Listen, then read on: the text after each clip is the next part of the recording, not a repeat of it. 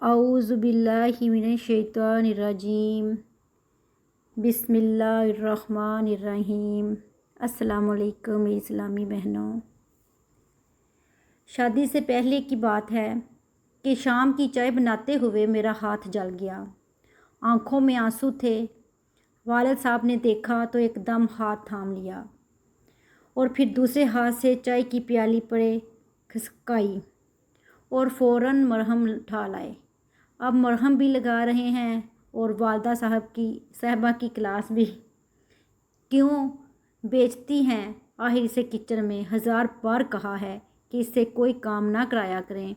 अम्मा खुद सख्ते में बैठी थी, हाथ मेरा जला था और करब इनकी आंखों में देख रही थी। मैं कहने लगी, मैं कहाँ खुशी से बेचती हूँ, मगर कल को इसकी शादी होनी है। लोग क्या कहेंगे कि माँ ने कुछ भी नहीं सिखाया। वो बहुत दुखी लहजे में वजाहत दे रही थी। हाँ तो कहते रहें लोग जो इनको कहना है, मगर अब ये किचन में नहीं जाएगी। वाला साहब ने मुझे बेसाख्ता गले लगाया और अम्मा को वार्न भी कर दिया। मुझे खुश होना चाहिए था, मगर मैं नहीं हुई। मैं बस अम्मा के हाथ देख रही थी, जिनके अंगूठे सब्जियां काटकर निशान ज़दा हो गए थे। कितनी बार ही इनका हाथ जला था। स्याह दाग नमा निशान मौजूद थे, अलबत्ता ज़ख्म मदम हो चुके थे। बल्कि अभी हफ्ता पहले छुरी से शहादत की उंगली पर इतना बड़ा कट लग गया था। बहुत खून बहा, मगर उन्होंने पट्टी भी ना की कि बस ठीक है, मगर कुछ भी ठीक नहीं था।